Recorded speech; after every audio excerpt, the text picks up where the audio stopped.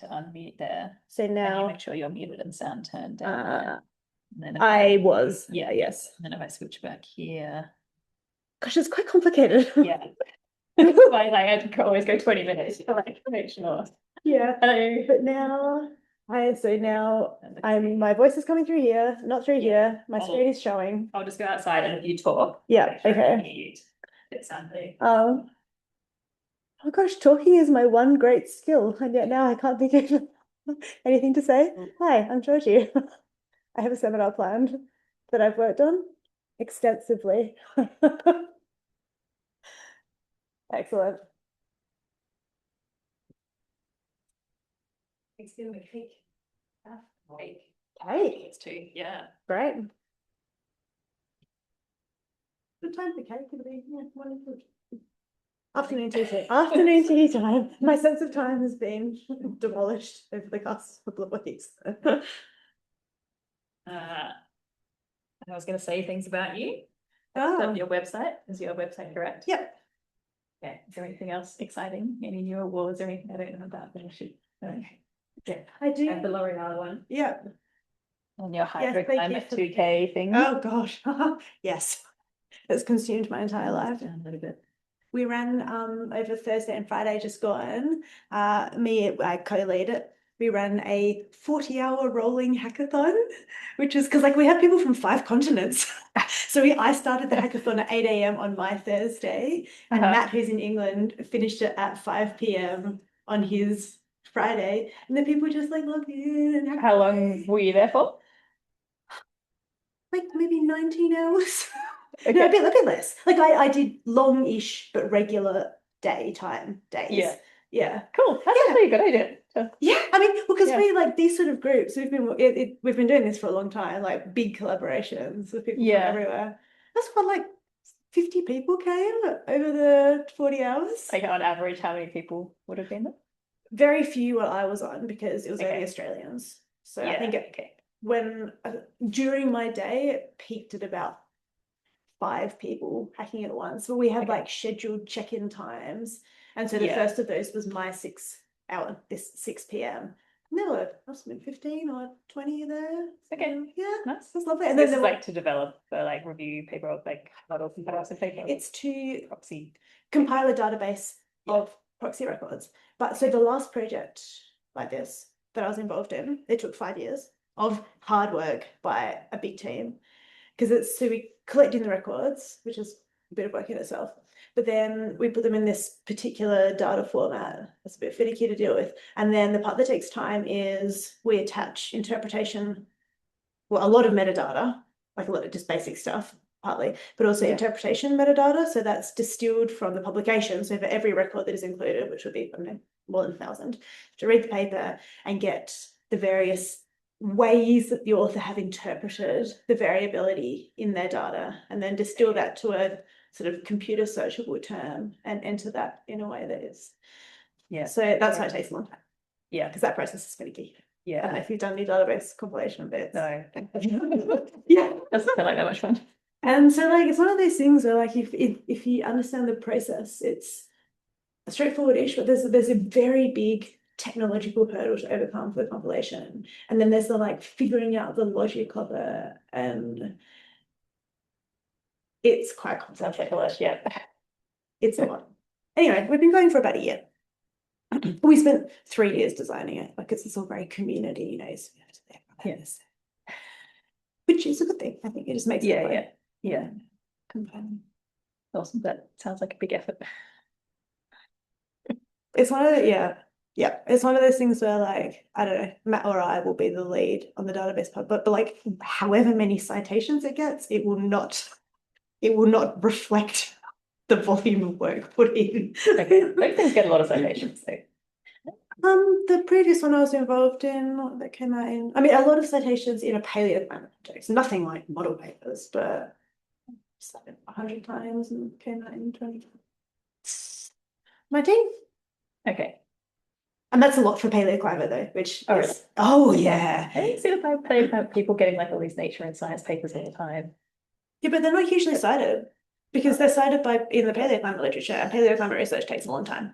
Okay. So Okay. It's just, it's just, that's, so 100 is a lot Yeah. Okay. for the field. Yeah. A sad Yeah. echo of more regular climate, not regular, Yeah. whatever. I think I just assume because there's so many nature and science papers that it goes with high citations. I guess citation is Yeah. a different thing to like field specific impact. Fancy as Yeah. It's a slow moving field because everything, like for example, so for my DECRA, I'll have to process like 1,200 samples to produce a record. And just one part of the process I've learned with a full day, not at my computer at all, no emails, no work, 8 to 5, I can do the chemistry for 40 of those. Okay.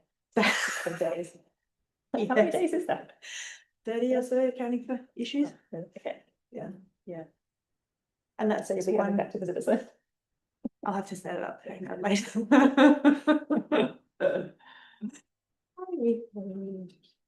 see you again. Right, I'm just absolutely. Yeah. Oh. Yeah. Yep.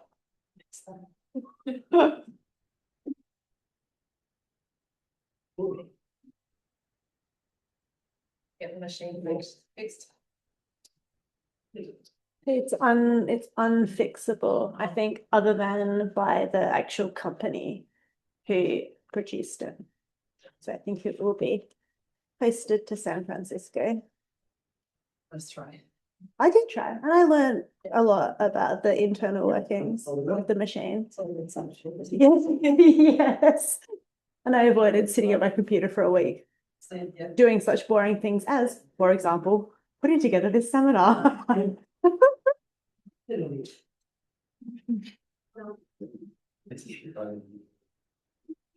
Yeah. To prepare for the imminent seminar, but otherwise fairly well, thank you. Oh, you do? Yeah. I mean, I would say that is not the universal opinion. I don't hate it, but people don't like it. I don't think I like it. I would have to use people writing their emails now, AU. Yeah. Yeah, I don't mind that. They've got a trademarked purple, which is meant to be the purple of the jacaranda flower, because there's lots of jacarandas around. It's quite pretty. Yeah. Yeah.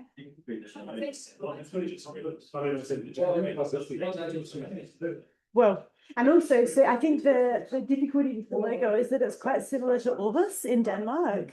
I think that was what worried people a little. But I've always thought there's some stuff that policy, you know, I worked with popular education, still and it's like that. But it's still, it's not, so you know about it. Actually, that's actually that. So that's This reminds me of when I gave my seminar when I started. I needed my postdoc. We shared the screen before. Sorry? Yes, but the problem was that we shared the screen after, like before we pressed the slideshow, so we could see. And I think my seminar it was like 150 slides, and Andy was just horrified.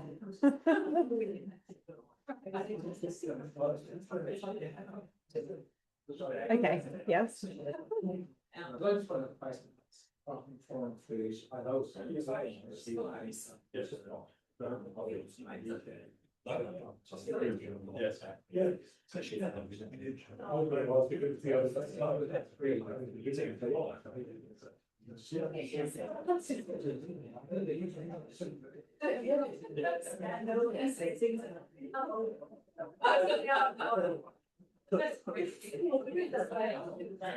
Yes, right.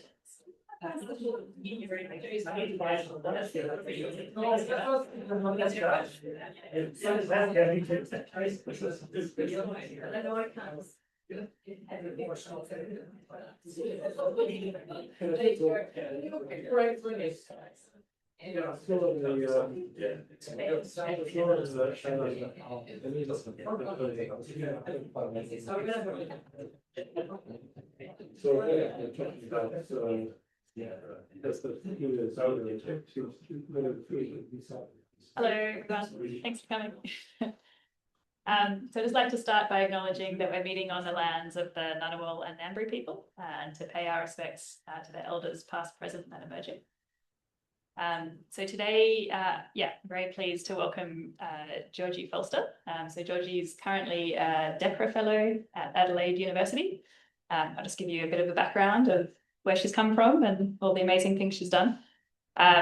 So she started off also at the University of Adelaide doing her PhD there. She then headed to the US and did a postdoc at Washington University in St. Louis. And then many of you may know her from the postdoc she did here following that, working with Narrowly. So Georgie's work combines historical observations, climate modelling, and paleoproxies, such as tree rings and ice cores, to broadly understand Earth's climate. She's got a big focus on Australian droughts, which we'll talk about today, and she's also done a lot on tropical Pacific variability as well. So last year, she received the L'Oreal UNESCO Women in Science Fellowship. And another thing that would be great to mention is she also co-leads the Hydroclimate 2K project, which is part of Page's 2K. So this is focused on understanding the global water cycle over the past 2,000 years. So she mentioned that, just recently she organised this 40-hour rolling hackathon all around the world with 50 people or so attending at all different crazy hours. Sounds quite fun. Anyway, so over to you, Georgie. Thank you very much. Do you know, I actually think you hit on the main points of the seminar, but we'll give it anyway. I've also been told many times over many years that you should not start a seminar with excuses. However, just so you know what's coming, I hoped to have time to prepare this a little better, but I've been beset by lab issues for the past fortnight. So if there are any incongruities here, please excuse me for that. Okay, so we are going to go on a probably more rambling than I would like adventure through Australian droughts, why they happen, how they're changing, all the things. So to just set the scene, as we know, the Earth is warming, and this is the result of human activities. So these are two things that we know with a very high degree of confidence. And to illustrate the point here, I'm showing global temperature change from the late 19th century to present. Okay. What is much less certain is how global rainfall patterns are changing and will continue to change into the future. So as an example here, I'm showing historical rainfall fairly arbitrarily and temperature from Sydney. And whilst in temperature, there's a quite clear warming trend, even from the mid-20th century. There's really no obvious trend in the rainfall that would tell us how climate change is affecting rainfall or indeed what is going to happen in the future.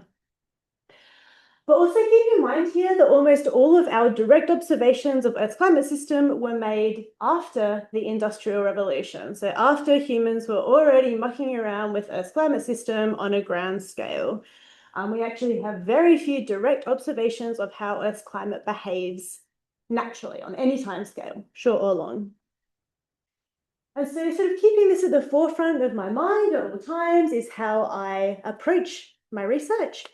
So if we can understand Earth's natural climate variability and how that has changed since the Industrial Revolution, only then can we project the full range of climate variability and extremes that we might expect in the future. And so today I am applying that approach to Australian droughts, to understanding how Australian droughts behave naturally and how that's changing with climate change. Okay, so to study droughts, first we have to define them. We have to ask ourselves the question, what is a drought? Now, this is actually not as straightforward as you might think. I don't know if Kiara's given a seminar on this topic. I'm not going to get into it really because defining droughts could be a seminar all on its own. But to cut to the chase, I generally focus on multi-year meteorological droughts, so 2 or more years where it rains less than normal. That's for various reasons, partly because they tend to have big impacts, also their detectability in the paleoclimate record. So here I'm showing in this plot the 6-month accumulated rainfall anomalies over the Murray-Darling Basin here. And for context, I have highlighted some of the major droughts that we have identified for the Murray-Darling Basin, we as a society, and these were generally identified through their impacts to sort of agriculture, introduce agricultural species. But of course, as scientists, we also need an objective means of identifying droughts. And so for the rest of this seminar, I've identified a drought simply as 2 or more years where consecutive years where rainfall is below the median. Okay, so droughts under that definition are highlighted in grey. There are many ways I could have done this. Each would have given slightly, although not aggressively, different results. And that's just one of the things when you do, when I do drought research, I would tend to do all of my analyses using multiple different drought metrics just to sort of account for that uncertainty. But the drought research difficulties do not end after we have figured out what a drought actually is, because droughts in Australia are affected by a very wide variety of interlinked processes. So this schematic is from a paper published by a bunch of researchers, including myself and Chiara Holgate, who's here last year, that shows all the various processes that are associated with the onset and intensification of droughts in different places across Australia. So that's things like the El Nino phase of the El Nino Southern Oscillation, positive IOD events, sort of changes to onshore moisture transport and the synoptic setups that affect that. So all of these things are associated with the development and then intensification of droughts. For a drought to break, we need a different set of conditions to occur. And actually some recent research, particularly out of CLEX, was showing that it's actually the absence of these sort of systems or processes that causes droughts to become sort of longer and more intense, particularly in recent decades. And so these drought-breaking processes are things like the occurrence of a La Nina phase, the La Nina phase of the El Nino Southern Oscillation, negative IOD events, and then processes various that enhance moisture transport onshore. So as you can see, the processes associated with droughts in Australia are complicated. And the final piece of exposition here is that all of these are sort of changing because of climate change, but because very few of them are sort of tied directly to temperature change, it's quite difficult to pin down exactly how they will change in the future and therefore how their effects will flow on through to Australian droughts. ENSO is a good example of that. And so this uncertainty is reflected in model projections of future drought in Australia. So here I'm showing you a figure from a paper a few years old now, but that shows projected future changes in drought intensity. So for the second half of the 21st century compared with the historical period, and where the stippling indicates some measure of confidence in the result, in as much as you believe in model agreement as indicating confidence in the result. And so here, zooming in on Australia, we can see that there are patches where the so climate models suggest that droughts will become more intense. Although I will also point out that these stippled areas are not necessarily the places where climate models do a good job of modelling rainfall. And so coming back to the Murray-Darling Basin now, so this has had, would say maybe 2 really major droughts in the historical period. The millennium drought around the turn of the century, and the more recent tinderbox drought that set the conditions for the Black Summer fires. And so both of these were unprecedented in some way. The millennium drought was the longest drought on record, and the tinderbox drought was the most intense, so with the biggest rainfall deficits. And because these 2 droughts were unprecedented, we weren't prepared. So there weren't sufficient management plans in place for things like water allocations, support for farmers, sort of natural flows down to the barrages at the mouth of the Murray. And so they were both extremely costly in both an environmental and a sort of social and economic sense. But if we had known that droughts like this were possible, then maybe we could have been a bit better prepared. And so that's what I'm doing. I'm using my holistic approach to try to determine the full possible range of drought lengths and intensities that the Murray-Darling Basin, I could just look here, instead of up there, the Murray-Darling Basin could experience through the combination of natural variability and also climate change. A lot of exposition here, right? So practically, I do this by using information from 3 sources.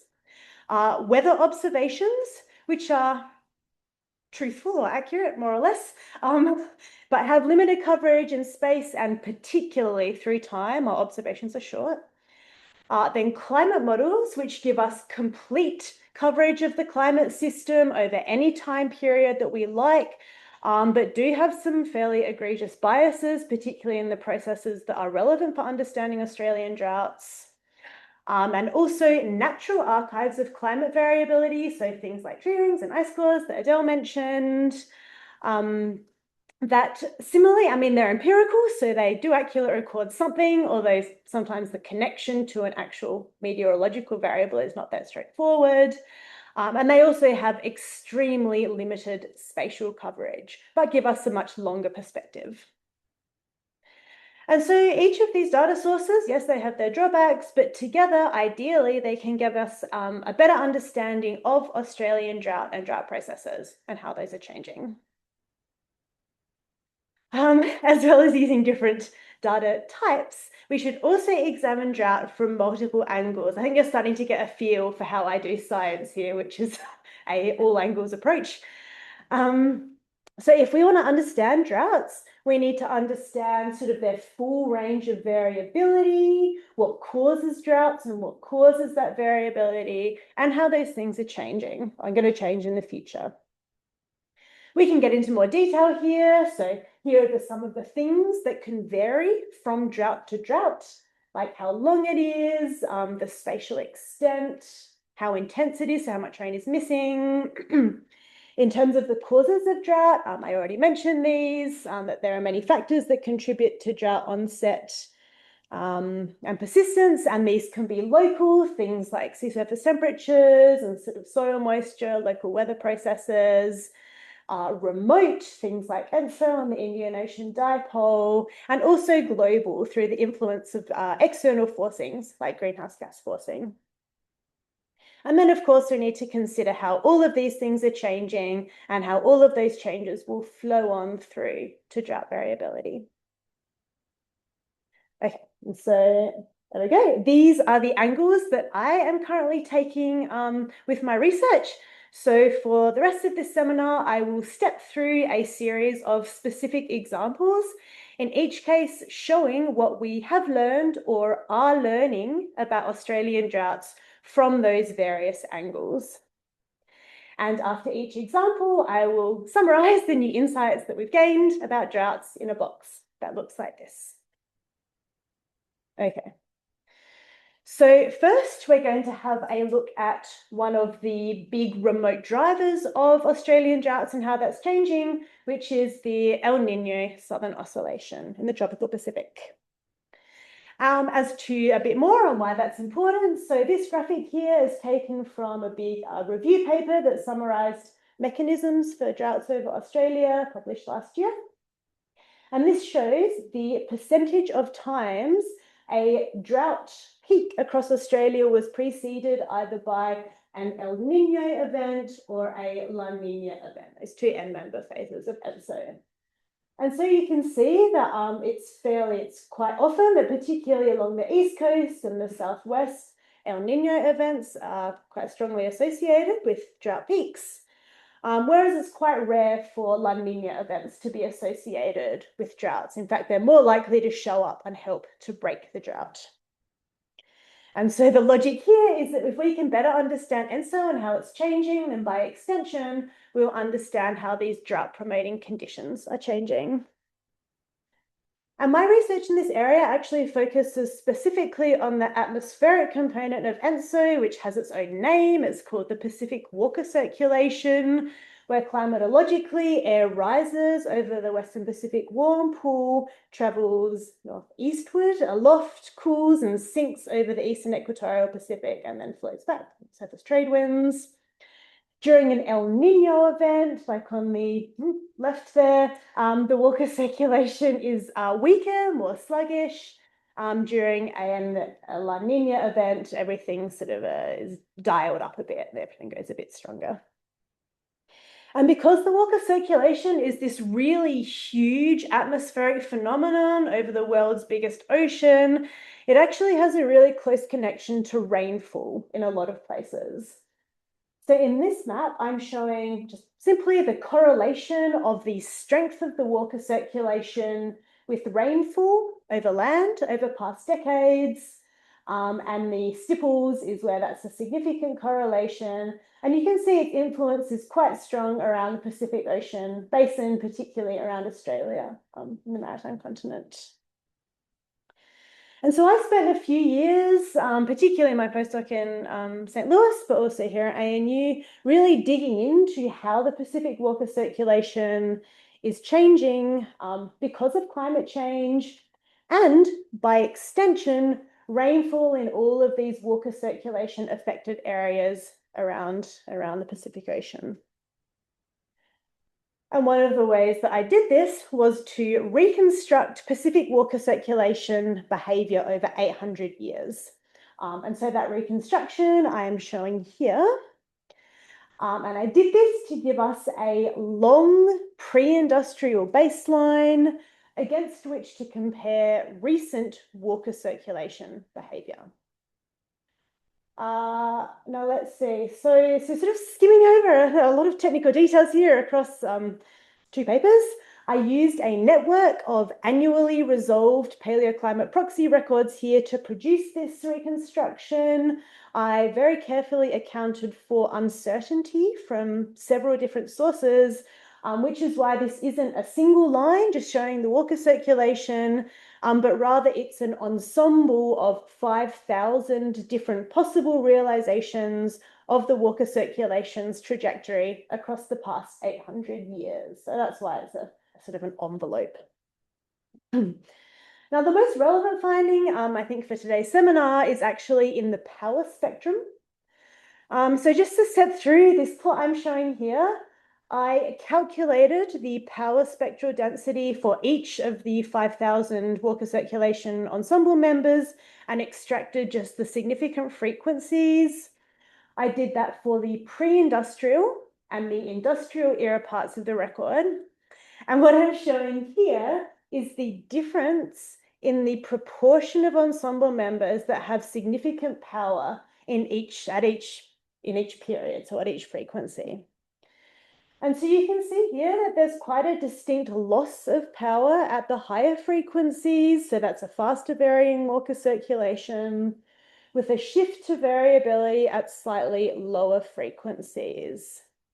Doesn't matter if that didn't really sink in. What it means practically is that it seems that the water circulation is getting kind of more sluggish at switching between states. So maybe taking longer sometimes to go from strong to weak, or dwelling longer in each state as well. And this has really important implications for things like compound events. I will note, so this reconstruction I did with data that extended to the year 2000, and so it's been pretty up and down the past few years. I'm not sure if things have changed, but on the topic of compound events, so I don't know if you remember, it's a few years ago now, but we had that recent-ish triple dip La Nina, just after the Black Summer bushfires, and that was associated with extreme flooding across Eastern Australia, but also drought in the Horn of Africa. The flip side of that would be long stretches of years or longer stretches of years where we don't have La Nina conditions that might break a drought. And so this change, this possible change in the sort of frequency distribution of the water circulation could result in these sort of increases in these sort of compound events. So just to summarize then what we've learned about Australian droughts by focusing on the tropical Pacific in paleoclimate data is that climate change related changes in the tropical Pacific could potentially drive longer droughts and also floods in Australia. This is a somewhat tricky one to test further because, of course, you can't use observations because you would need observations from the pre-industrial, but it's not the sort of thing that climate models simulate well. So we're sort of sitting there until we can maybe get some new paleoclimate data, whatever. Anyway. Okay, so now we're going to expand that focus slightly. Still looking at changes in things that affect Australian droughts, but now looking at both the Indian and Pacific Oceans.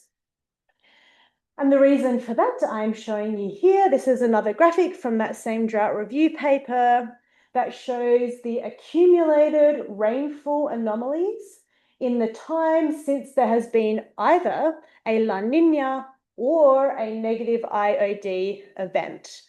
So for example, in this panel here, that's when it's been more than or 3 or more years since one of these sort of what we might think of as rain promoting phases in the Indo-Pacific.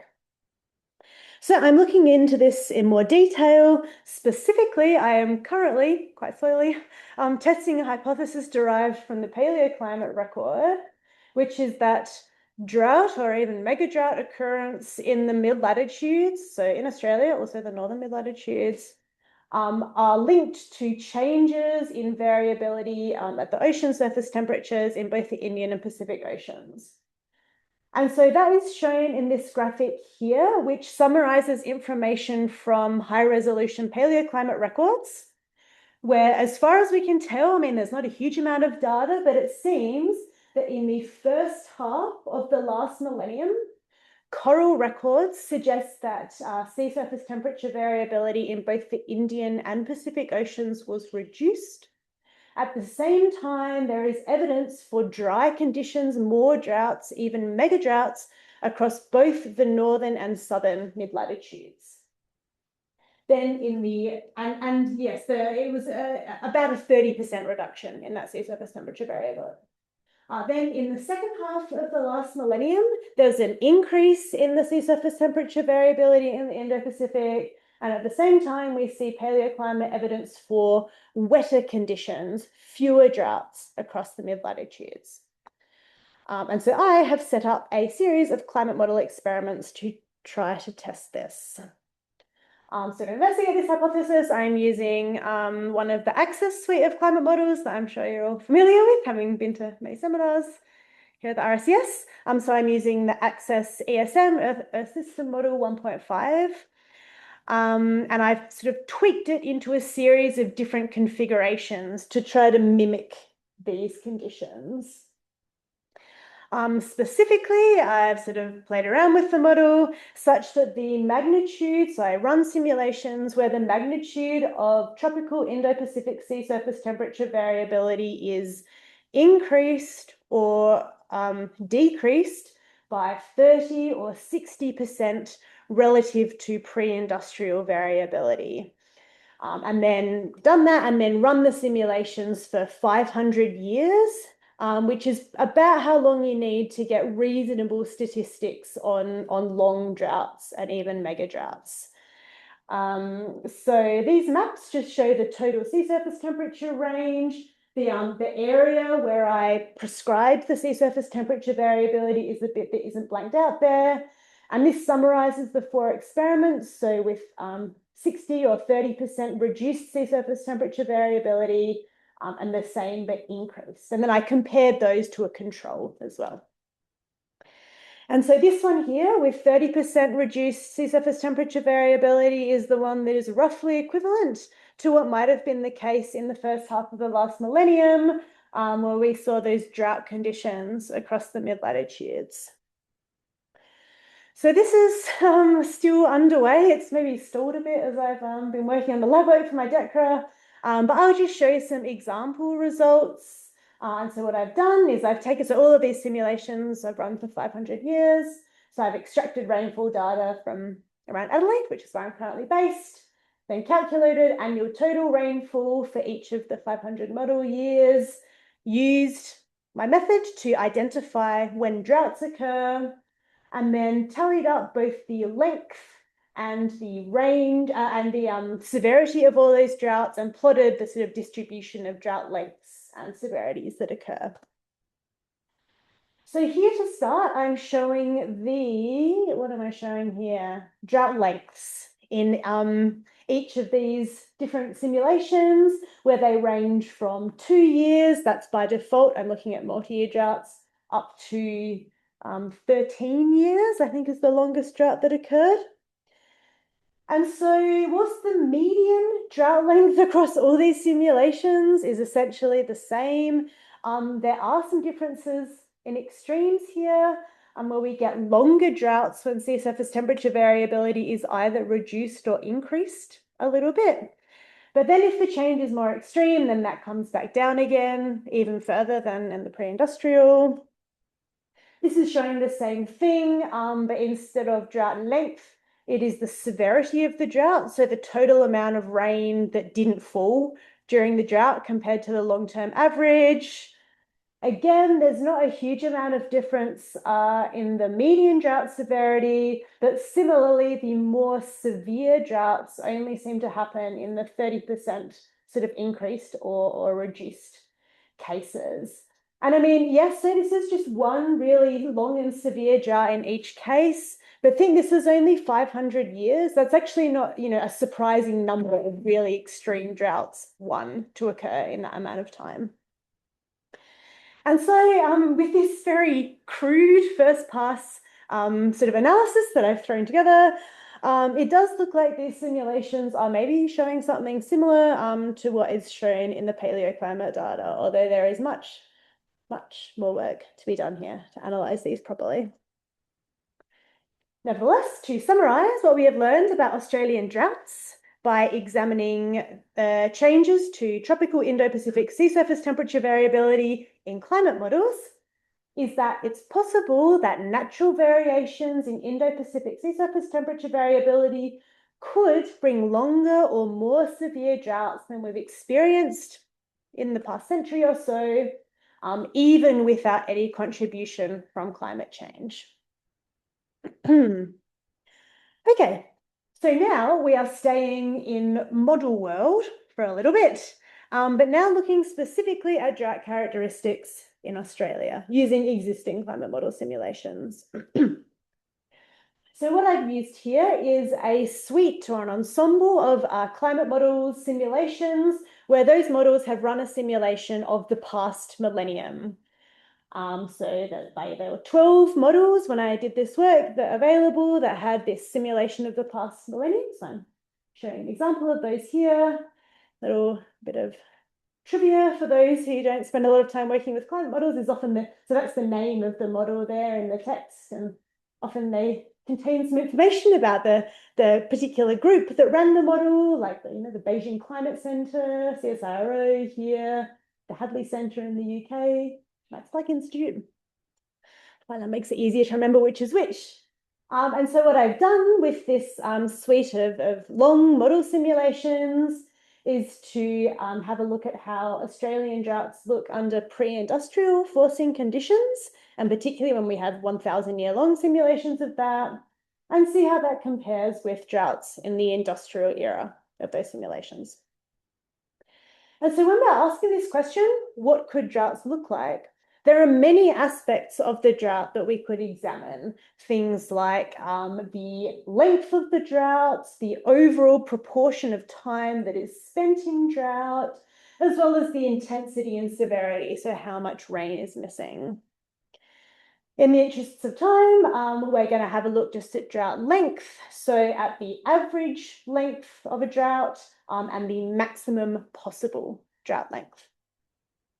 And in both cases, we'll be comparing these values, the mean and maximum drought length, in the pre-industrial past millennium part of the simulation. So those run from the year 850 to 1849, comparing that with the 20th century. So first, looking at the average length of droughts. So this schematic here shows this is the average result from all 12 of those simulations. Where a grid cell is red, that means that droughts were longer in the 20th century than the pre-industrial. Where places that are blue, droughts were shorter in the 20th century than the pre-industrial. And you can see the places that are in darker red, which indicate a bigger difference, are fairly well concentrated in southwestern and eastern Australia. So to summarize, I guess this result, because of climate change, droughts are on average getting longer in the parts of Australia that I would say we already consider probably to be drought prone. And because in these models, as in the real world, the only thing that has changed from the pre-industrial to the industrial parts of the simulations is the addition of anthropogenic forcings, we can say that this change is because of humans, largely greenhouse gas forcing. Now, moving on from average drought length to maximum possible drought length. So here I'm showing in each of those 12 models and also observations in the top left, the length of the single longest drought that occurs in that simulation of the 20th century. So in other words, this is 12, actually 13, ideally, different estimates of how the 20th century could have looked within the range of internal variability. So the longest possible drought in 100 years ranges from, sort of 4 or 5 years, all the way up to a few that are really long in some models. So here I'm showing the same thing, but for the pre-industrial part of those simulations. And you can see that across the board, the maximum possible drought length is much longer, so 20 to well over 30 years. Which would lead us to an important question, which is why are droughts so much longer in the pre-industrial past millennium than in the 20th century? Of course, you will probably all realize that the answer is they're not. Well, not really. It's just that these really long droughts come along much less than 1 per 100 years. So it's really just by chance that we haven't experienced one of these really long multi-decade droughts since the European invasion of Australia and the sort of introduction of Western style record keeping. And so on that same theme, but now going back to the Murray-Darling Basin specifically, so these bars here show the length of sort of the most famous or well-recorded droughts in the Murray-Darling Basin. And now I'm showing the modeled maximum possible drought length in the Murray-Darling Basin if we had a full 1,000 years, not just the 120 or so that we have from observations. And so the end of this fat purple bar here is the average result from the 12 models. The thinner grey bar shows the full range across the ensemble, but this mean is probably as good a bet as we're going to get from models at 26 years. And so we can say that the Murray-Darling Basin is susceptible to mega droughts of 20 years or more, and that's before even we factor in the effects of human-caused climate change. And as to when exactly we should expect a 20-year mega drought, that's what I'm showing in this plot here. So on the y-axis, I'm showing the length of a particular drought. And then on the x-axis is how often we would expect to see a drought of that length, like once every 100 years, up to once every 1,000 years. And all the different lines are the results from the different models. So looking at a 20-year drought in the Murray-Darling Basin, depending on the model, we might expect one of these to occur naturally anywhere from about once every 150 years to once every 800 years. For a 30-year drought, we might expect one of these to roll around anywhere from once every 450 or so years to less than once in 1,000 years. Okay, so to summarize what we have learned about Australian droughts from examining drought characteristics in an ensemble of climate model simulations of the past millennium is that it looks like Australia could be naturally prone to mega droughts lasting multiple decades, And that's before we factor in the effects of climate change, which may be driving a tendency to longer droughts on average in parts of the country. So that's what I would like to call the Murray-Darling Basin megadrought hypothesis. But time to test that using actual physical data. So as I said, so all that work there, that was all using climate models, which have a lot of biases in the way they simulate both Australian rainfall and the processes that affect that.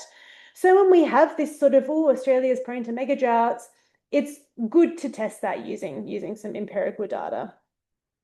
This is something I have underway right now as part of my DECRA, so I don't have any actual results. Sorry.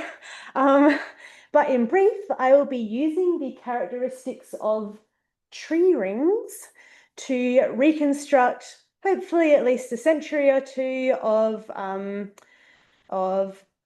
hydroclimate or maybe rainfall variability in the Snowy Mountains down here near us, in the headwaters of the Murray-Darling Basin.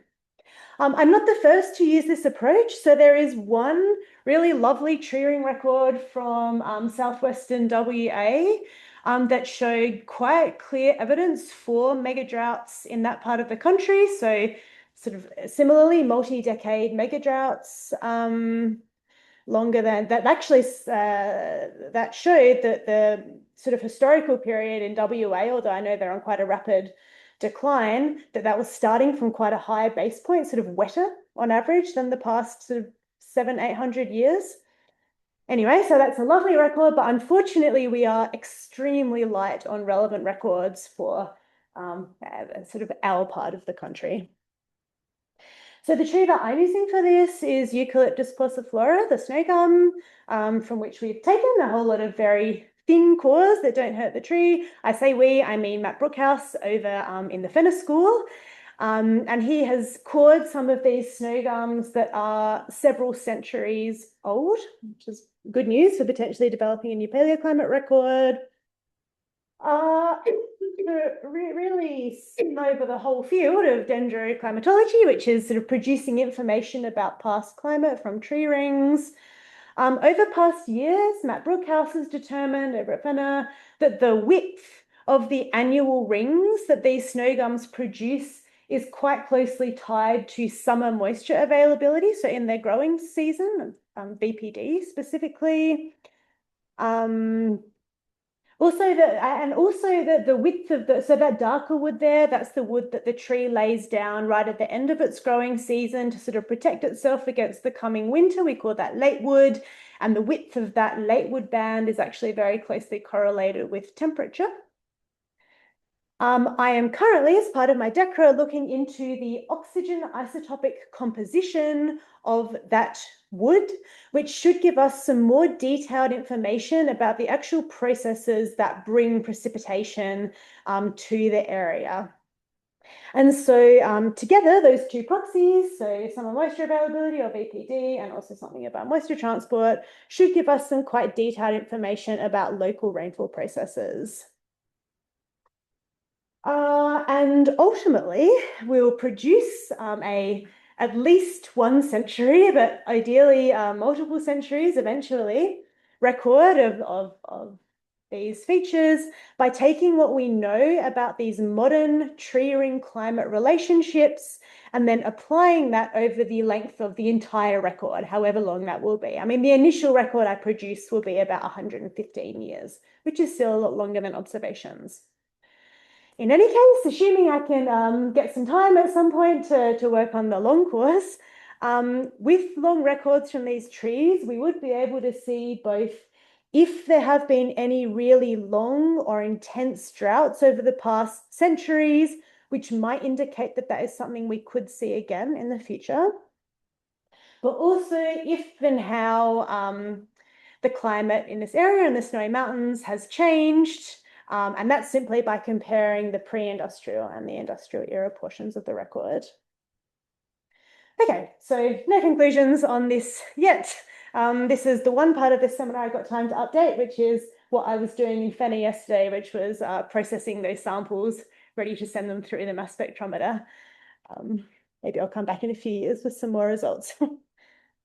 Right, so I'm going to finish up in remarkably good time for me by looking at a single recent drought that myself and collaborators at the ARC Centre of Excellence for Climate Extremes tackled a couple of years ago using many of these approaches I've just talked about and sort of put out this really incredibly comprehensive paper examining all of the aspects of this drought, sort of its characteristics, why it occurred, and so forth. I got into my specific contribution in more detail as well in a follow-up paper. So to briefly summarize this drought, for those of you who may have forgotten, I wasn't here during the drought. I was happily in the US, but I watched it from afar. It looked awful. So the first 2 years of this drought, so it lasted from 2017 to 2019, the first 2 years cannot be explained by remote drivers. So neither ENSO nor the Indian Ocean Dipole were doing anything unusual.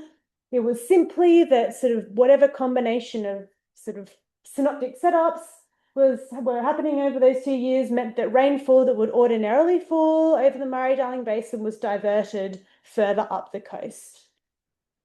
The drought, so those 2 years were dry, but then the drought really peaked in 2019, and that was associated with an extremely strong positive Indian Ocean dipole event, and that is classically associated with increased likelihood of lower rainfall in this area.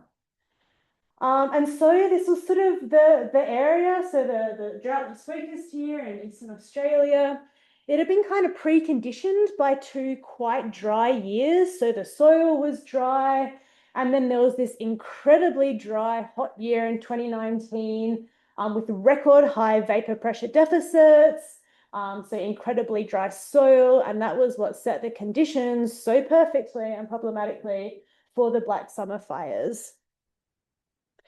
So this heinously complicated graphic from that same paper sort of summarizes all the various things that might affect droughts in the area and how they were behaving throughout the duration of this drought.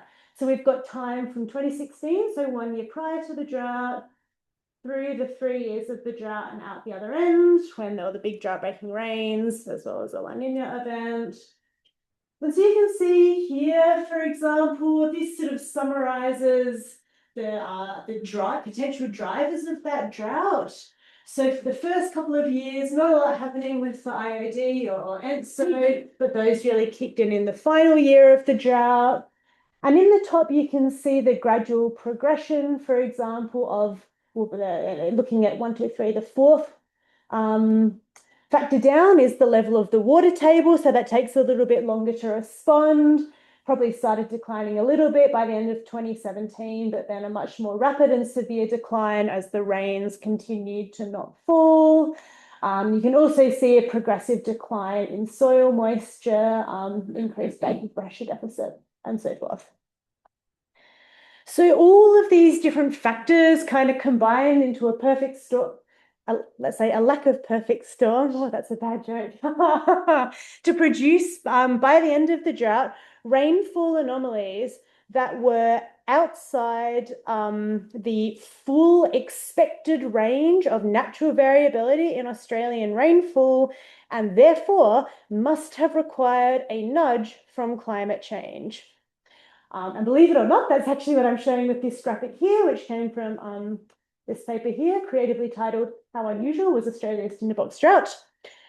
So what I did to produce this, I worked with a colleague from the US who spends a lot of time looking at droughts in the US and developed this method where we took historical observations of Australian rainfall and their sort of relationship with global sea surface temperature variability and built linear inverse models that describe the rainfall variability really well, and then ran those models out for 10,000 years, which ideally gives us the full possible range of variability you would expect to see in Australian rainfall based on the statistics of historical rainfall. So we do get more extreme, longer, more severe events than the historical record, but within what is reasonable from what we know.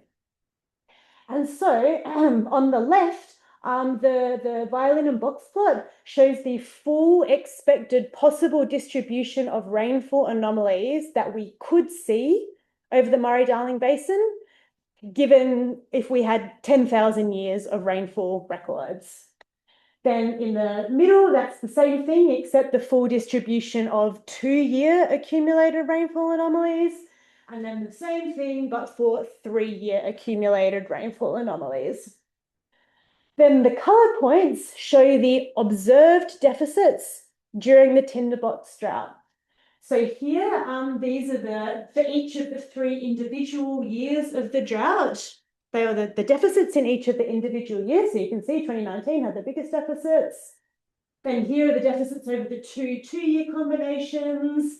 And then here is the full accumulated rainfall that was missing across the drought.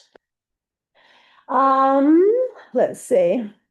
So if that point is a circle, that means that actually that rainfall deficit was like there was a year somewhere in the historical record that was already worse than that. So it was within the range of observed rainfall variability.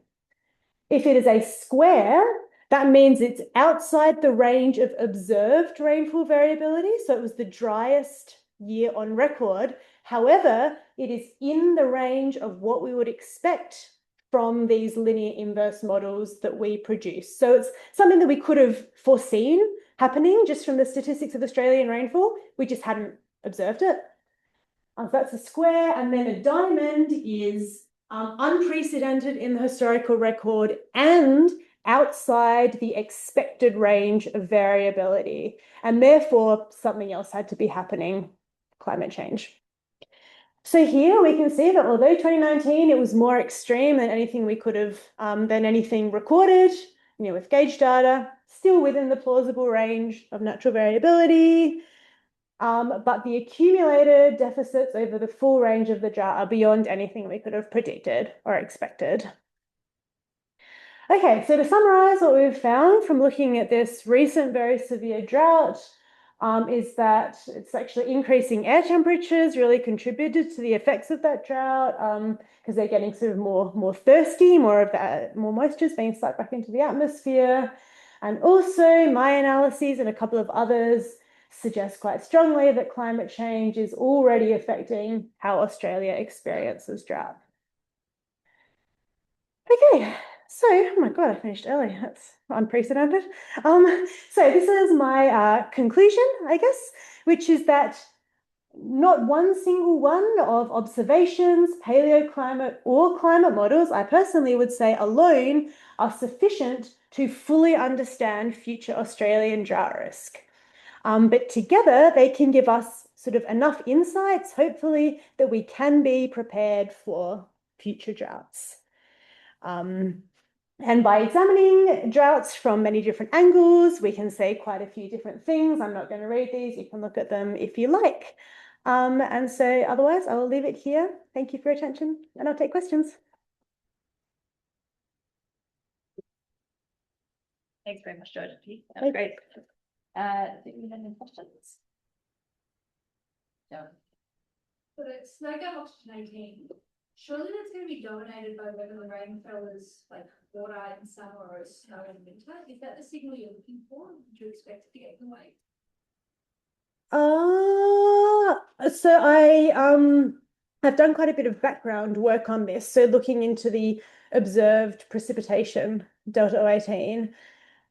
It's quite difficult to figure out because that proportion, I mean, the snowfall amount records are, it's very regionally variable, and that there's not many records essentially. It doesn't seem to be hugely the case. I mean, it's because I would say there's probably more variability in the other things to a degree than the ratio of precipitation that falls as snow versus rain. But yes, that's a favored thing that people are interested in, is essentially reconstructing snow or snow depth. And yeah, there are a couple of extra data sets that I haven't managed to get my hands on that might help with that. But yeah, and in any case, that whether or not the yearly precipitation is falling as rain versus snow is something that will probably alias into some other things like total precipitation or temperature. This is isotopes. Everything gets mushed in together. Yeah. I mean, yes. There's a potentially longer answer in there too, but I won't bore everyone with it. Yeah, that's a question. Hmm. So I guess I was wondering about how much we can trust these climate model simulations of the last 1,000 years. So I know you said, for Australian droughts in particular, there's not really any observations to test those on, but can you like more globally test them, for example, for like your Walker circulation frequency change over time? Do they reproduce that kind of thing? They do not, unfortunately. um, yes, so that's the Hydroclimate 2K project. I'm currently co-leading a big project to try to gather up all paleoclimate records of some aspect of water cycle variability for the past 2,000 years, of which there'll be a huge, huge number of those. And one of the main goals with that is to compare them as directly as possible with climate model simulations of the same period and see where and what aspects of water cycle variability models do well in, and hopefully why. I mean, previous attempts to do this, I mean, I look at droughts in climate models because it should be done. It's interesting to see. It's often, I mean, previous investigations like this comparing model ensemble results from particularly in the Lice Age with areas where there's a good density of paleoclimate data, the agreement is generally low. The most alarming thing, which I feel like was not well enough advertised when this paper came out, is that areas where there tends to be good intermodal agreement. So, and then it's sort of a coarse metric where we might think, if there's a future simulation of something and all the models agree pretty well, then maybe that's a good result. Doing this for the past millennium, where we have this actual independent test of model skill. Okay, this is more for the monsoons, where a lot of this has been focused because there's a lot of paleoclimate data. Often the places where the models agree pretty well are also the places where that good model agreement signature is the most different to what the paleoclimate data say. So it very clearly demonstrates that good intermodal agreement equals not accurate simulation of the climate system. It's deeply alarming.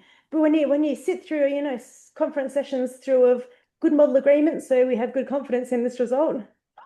But yeah, so I'm hoping both through the production of paleoclimate records over many years and this Hydroclimate 2K project to try and do more of that. I also see there's a question from Will Howard online. Or was that hand up? Yeah. Oh, thanks. Georgie, that was great. Well, Sorry, I can't hear you yet. Sorry, Will, we're just going to have to. Hang on. Can I do that?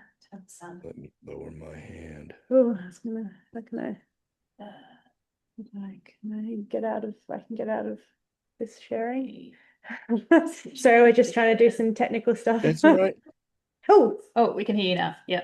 Oh, okay, great. Georgie, that was great. I wanted to go back to your point where you were showing a box plot that showed the overall variability of the modeled droughts, and then put the tinderbox drought into that perspective. But yeah, I guess this is kind of a two-part question. One is if you put the tinderbox drought into your return period diagram, how often would we expect a tinderbox drought? Oh, interesting. So I guess rejigging my return period into something more like severity than length. It's a very good question. I mean, we're using this specific approach that I've used here. We would have to tweak it a little bit because the tinderbox drought doesn't occur at all in these box plots. I mean, I guess we could take the drought closest to the tinderbox drought and see how often that one is likely, or that the sort of the group likely to occur. Otherwise, I mean, there would be a way to tweak this a bit, I think, to make droughts work. I mean, it's a great idea. Yeah. Yeah. And I just really want to quickly follow that with just one related one, which is you said again when showing that box plot that the millennium drought fell outside the statistics of the models and took that to mean it must have anthropogenic forcing because statistically it fell outside. But are there any other spatial or temporal signatures of droughts in the period in which we know there's anthropogenic forcing that would help us sort of narrow that down? Because a skeptic would say, well, I haven't really proved anything. All you've sort of invoked is a kind of a god of the gaps. We don't have anything else, so it must be anthropogenic. But I do wonder if are there any specific fingerprints of those types of droughts that would let us strengthen that attribution? That is a good question. And I actually am slightly inclined to agree with the skeptic on this point. I mean, partly Right. because my other research and those of paleoclimate researchers and whatnot have shown that, the historical period actually doesn't capture the full statistics of the observed climate system. Mm. I guess the thing about the tinderbox drought is, I mean, others in this department are maybe better qualified to comment on this, but the thing about the tinderbox drought is that it seemed like the hot temperature, the air temperature, actually played a fair role in this. I think more than the millennium drought, as far as I remember. And so if we're looking at fingerprints, that might be a useful avenue, particularly in that very severe last year Mm. of the drought. Again, off the top of my head, I can't think of a way to test that well, but it would be very interesting to try to think of that. I mean, this also spirals back to the reason people don't tend to do drought research because there are so few of them in the historical record. It's exceptionally difficult to do stats on what makes this drought unique because in a sense, every single one of the 7 droughts we've had is unique. But I think maybe the temperature and the VPD deficits, maybe. Mm. It's a good idea. Yeah. Thanks. Cool. Thanks, Will. You said that in the tinderbox drought, the rainfall actually fell further north. Yeah. Do you know the mechanism that made that happen? Has it been seen previously? Yeah, so it was a mechanism in it was quite a distinct sort of synoptic setup, right? Of the sort of the high pressure system sitting over Eastern Australia that just sort of steered the moisture that would otherwise come on shore, lower down, up around, so it sort of rained over the coast and then came offshore. In terms of anything more detailed than that, or whether it's been seen a lot, I actually don't remember particularly well. I mean, I don't know if it's maybe got some thermodynamic component of, changes to the large scale global meridional circulations, or whether that sort of setup is likely to occur more. I'm not entirely sure. My sense from what I remember, this is not my field. From what I remember, it was fairly unusual that was the case for such a long time. And I think that we weren't really sure in terms of remote drivers, and so IOD, whatever, there wasn't anything obvious there that said why these sort of weather patterns should have occurred other than random chance and maybe some climate change contribution that we haven't quantified sufficiently. Is my guess. If anyone here, no one else is involved in this paper, were they? Yeah. Yeah. We might leave it there because we're on 2 o'clock now. But Georgie is around until tomorrow if anyone would like to meet and have more of a chat with her. And we also have cake outside, so please stay and continue to have a chat and talk to Georgie more. Let's thank Georgie again. Thanks. Thanks,